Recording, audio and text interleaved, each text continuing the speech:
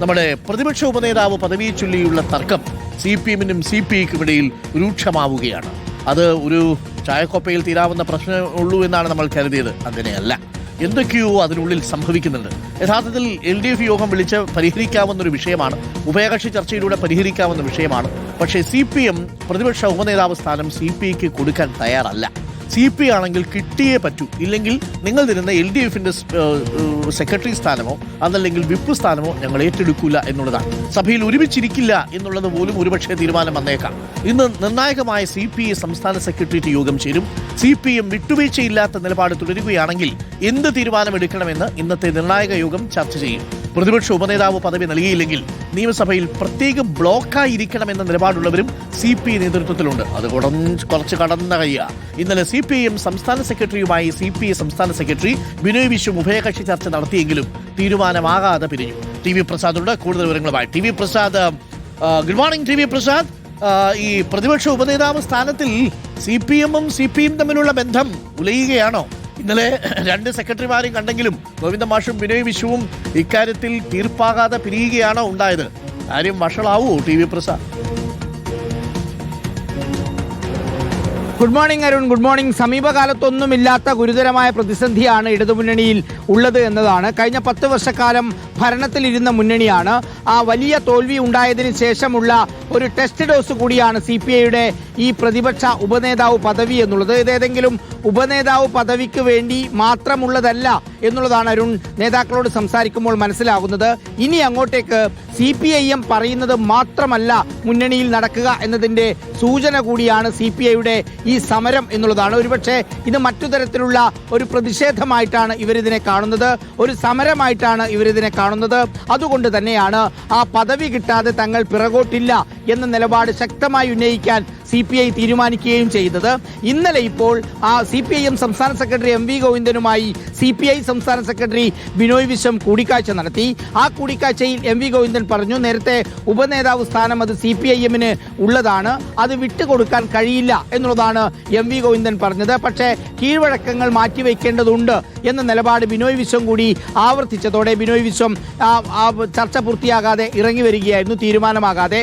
ഇന്നിപ്പോൾ CPI-യുടെ നിർണായക സെക്രട്ടേറിയറ്റ് യോഗം ചേരുന്നു എന്നുള്ളതാണ്. ഈ വിഷയത്തിൽ ഇനി എന്ത് തീരുമാനമെടുക്കണം എന്നുള്ളതാണ് പ്രധാനം. ഇന്നലെ MV ഗോവിന്ദനുമായി നടത്തിയ കൂടിക്കാഴ്ചയിലെ വിശദാംശങ്ങൾ CPI സംസ്ഥാന സെക്രട്ടറി ബിനോയ് വിശ്വം യോഗത്തെ അറിയിക്കും. എങ്ങനെ മുന്നോട്ട് പോകണമെന്നത് സംബന്ധിച്ചുള്ള ഒരു ധാരണ ഉണ്ടാക്കും എന്നാണ് മനസ്സിലാക്കുന്നത്. കടുത്ത തീരുമാനം എടുക്കണം എന്ന് പറയുന്നവരും CPI-യിലുണ്ട് എന്നുള്ളതാണ് പ്രധാനപ്പെട്ട കാര്യം. അരുൺ, കനത്ത തോൽവിക്ക് ശേഷം CPI മുന്നണിയിൽ CPIM-നൊപ്പം തന്നെ പ്രധാനമുള്ള പാർട്ടിയാണ് എന്ന് പറയാനുള്ള സാഹചര്യം ഉണ്ടാക്കുക കൂടിയാണ് ഇതിന്റെ ലക്ഷ്യം എന്നാണ് മനസ്സിലാകുന്നത്.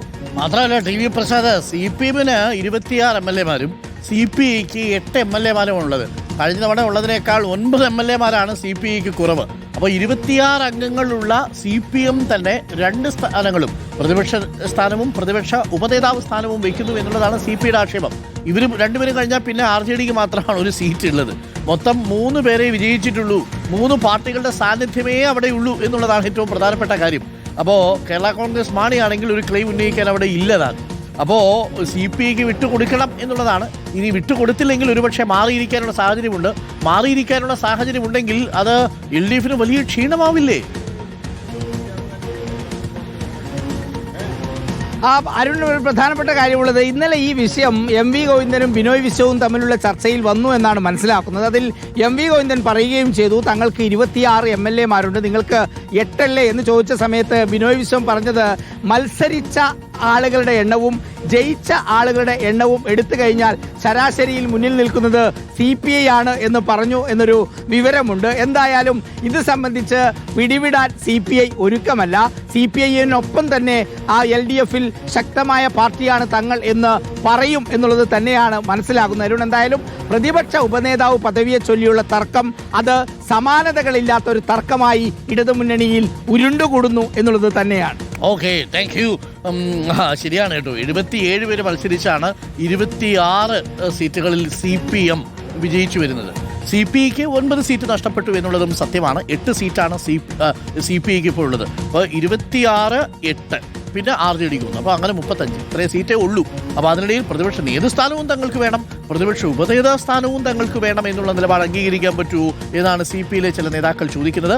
ആ നിലപാടിൽ അവർ ഉറച്ചു നിൽക്കുന്നു. അത് ന്യായമായ അവകാശമാണെന്ന് പറയുന്നു. പക്ഷേ ഒരു പ്രശ്നം എന്തെന്ന് വെച്ചാൽ പ്രതിപക്ഷ നേതാവായ പിണറായി വിജയൻ ഉദാഹരണത്തിന് അദ്ദേഹം ഒന്ന് അമേരിക്കയിലേക്കോ മറ്റോ പോകുന്നു എന്നിരിക്കട്ടെ, അദ്ദേഹം ചികിത്സയിലോ മറ്റോ പോവുകയാണെങ്കിൽ ഒരു 1.5 മാസം സ്ഥലത്തില്ലെങ്കിൽ ആ സമയത്ത് നിയമസഭാ സമ്മേളനം നടക്കുകയാണെങ്കിൽ പ്രതിപക്ഷ നേതാവായിട്ട് ആര് വരും?